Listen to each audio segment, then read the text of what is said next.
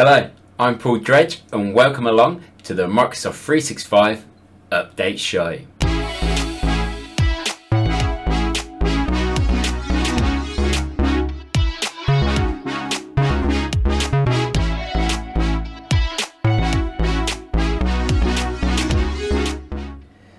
Hello and welcome along to week 1 of the Microsoft 365 Update Show. A question I am often asked is, what updates are coming out? How do I know the updates are coming out? And what does it mean to me? How do I know what this new Teams thing means? What this new SharePoint thing is? So I thought, why not fire up a nice little YouTube series around Microsoft 365 updates and what it means to you and how you're working in your everyday life with working with Microsoft 365 products. So before we come on to the big news of this week, which I'm sure you're all well aware of if you are on Twitter or pay attention to any news at all. Just going to talk a little bit about some of the things in the Microsoft 365.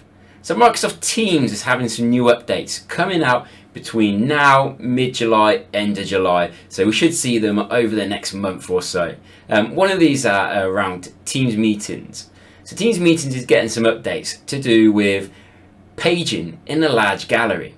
So this means we're able to flick pages and see different people. So other meeting software may already do this in some sort of aspect, but if you're in a big Teams meeting, you'll know you can only see 49 people on a screen at one time currently in how Teams meetings work. What you're going to be able to do though is be able to up that number, and you can flick between the pages and see more of your colleagues, more of your people you're meeting with on your screen. Great move by Microsoft.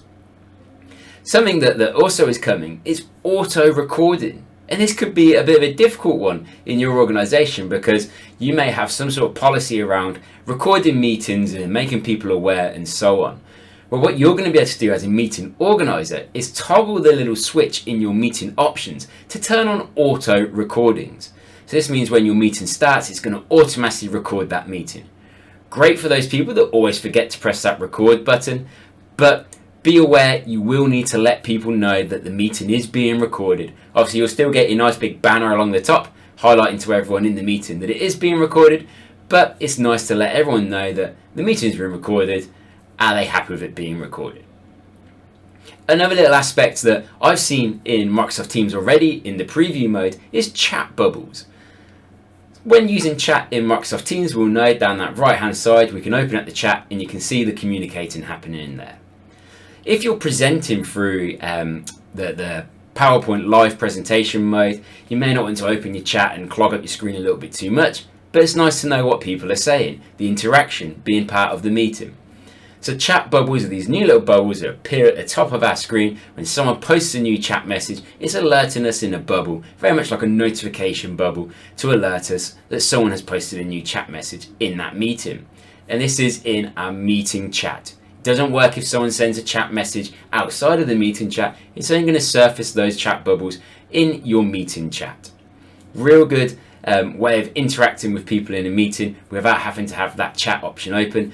Great for Q&As and such if you are presenting and you don't want to have to keep reading through the chat. When people post those questions in or their comments in, you're seeing it right there on your screen. Another little aspect that's coming, isn't out just yet, but is rolling out over the next month or so, is the ability to lower all raised hands.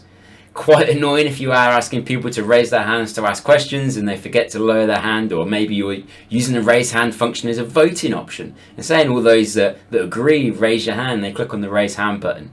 It can be quite distracting as a presenter if those hands haven't been lowered.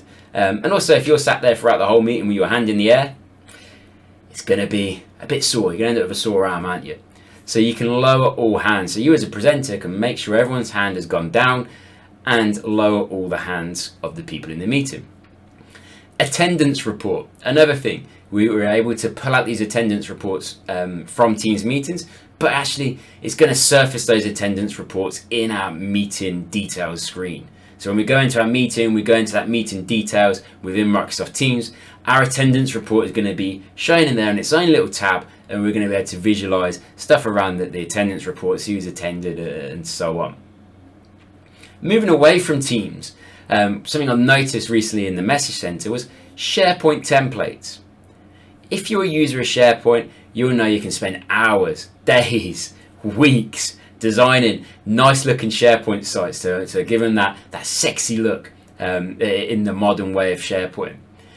There is a great website called the Lookbook, so SharePoint Lookbook, which gives you these templates, these designs that you can then apply to your tenant.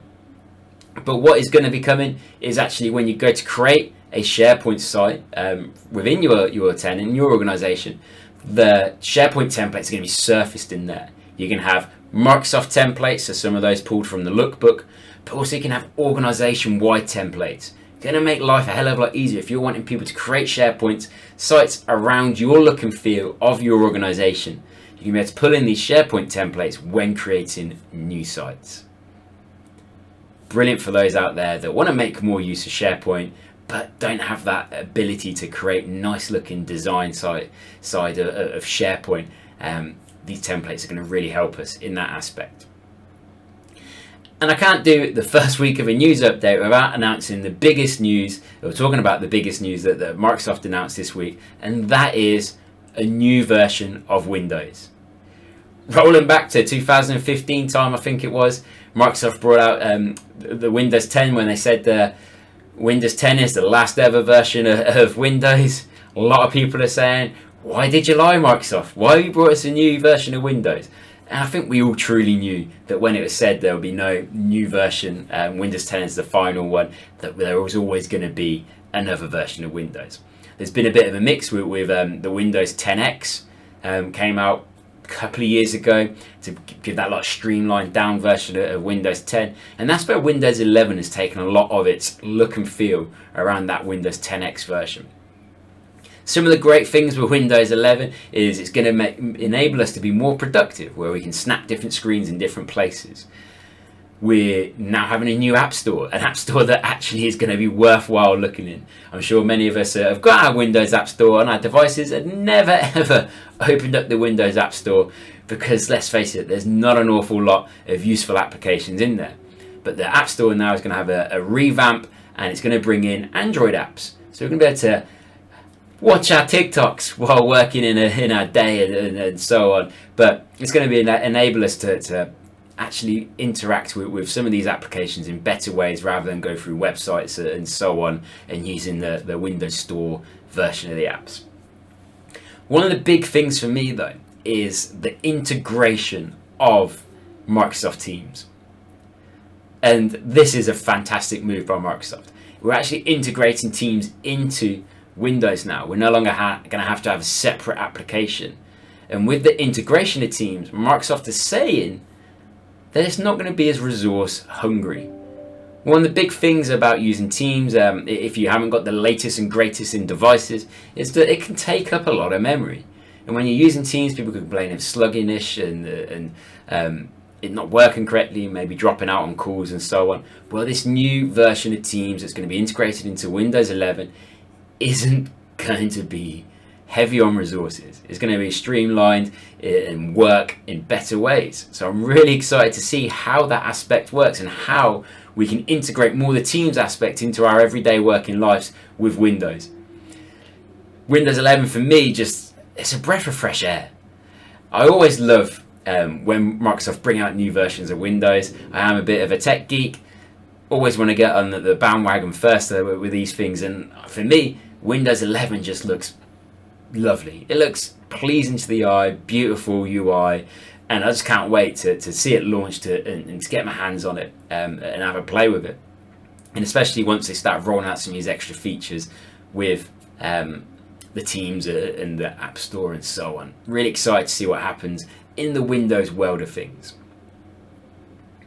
Well, that's been week one of a quick roundup of updates in the past week that I've picked up on. If you've seen any updates recently that I haven't mentioned, pop it in the comments below. Let's get the chat going around what updates you're looking forward to, what updates I missed, and maybe I should cover in next week's episode. Please give us a thumbs up on that like, ring that little ding-a-ling bell to subscribe and get notified when these new weekly updates come out. But for this week, have a lovely weekend all. See you again soon.